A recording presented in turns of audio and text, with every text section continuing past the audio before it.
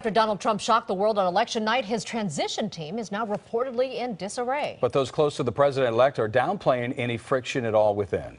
KCON9 political reporter Dave Bryan breaks it down for us tonight. Dave? Yeah, and tonight we find out this story may involve grudges and revenge. I'll tell you about that in just a moment. President-elect Donald Trump's administration will have about 4,000 government positions to fill, but right now, just finding a cabinet appears to be a problem after reports tonight that the transition team is in disarray with firings, infighting, and a breakdown in communications with world leaders. With Vice President-elect Mike Pence now in charge of the Trump transition team, the job of choosing cabinet members is already underway, but not exactly moving at warp speed. CNN reports among the frontrunners in line for key positions are Alabama Senator Jeff Sessions for Attorney General, Senator Tom Cotton of Arkansas for Defense, Trump Campaign Finance Chair Steve Mnuchin, and Texas Congressman Jeb Hensarling are battling it out for Treasury. And former UN Ambassador John Bolton and former New York Mayor Rudy Giuliani are competing for Secretary of State. You know, I'm kind of old school on this business. It's been an honor to serve the country. I've said, I'll say it again, it would be an honor to serve the country again, but ultimately this is the president-elect's decision. John would be a very good choice. Is there anybody better?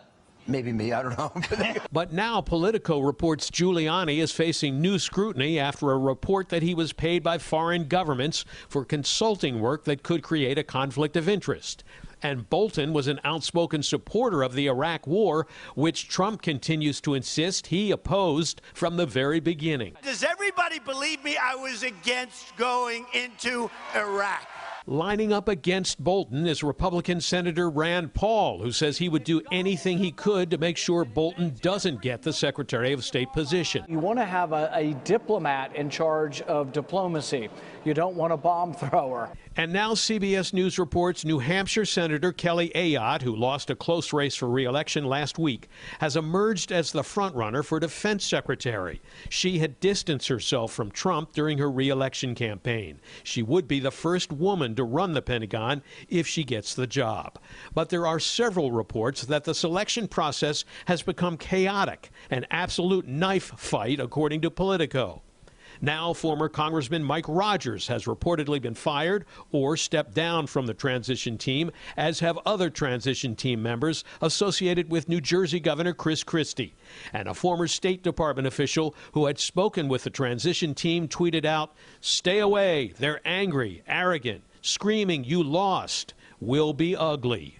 CNN now reports Governor Christie, who at one point looked like a sure thing for a cabinet position, may be out altogether now. And Trump surrogate Dr. Ben Carson says he's also out.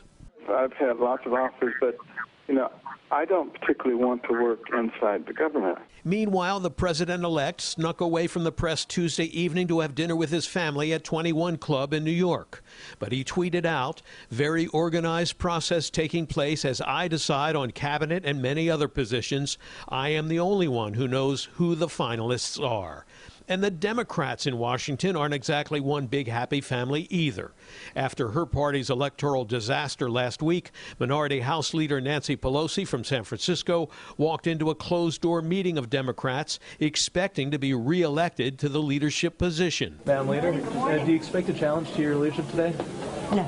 But her effort to hold a quick re-election failed, and Pelosi walked away with no guarantees. You got beat pretty badly here, and this speaks of leadership. That speaks to the presidential race more than our race. CNN reports the Democratic Party is demoralized, decimated, and in disarray. And young Democratic office holders say the party needs new blood, fresh ideas, and energy, and must appeal to working-class voters. Our party needs to do a much, much better job of reaching out and representing blue-collar and working-class voters.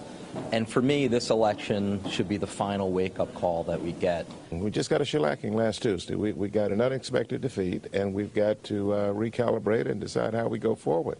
It's just like death. There are different stages of grief that you go through. Now some Democrats, like Ohio Congressman Tim Ryan, are considering challenging Pelosi for the leadership position. This is about the next election. And what do the leaders look like? What does the message sound like? In order for us to pick up the seats that we need to pick up to get back in the majority.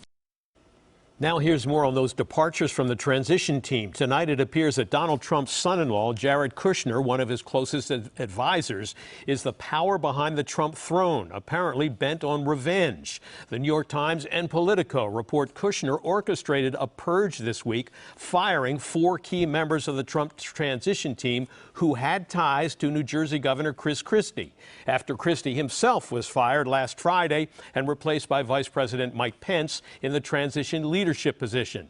When he was a federal prosecutor, Christie sent Kushner's father to prison for a year.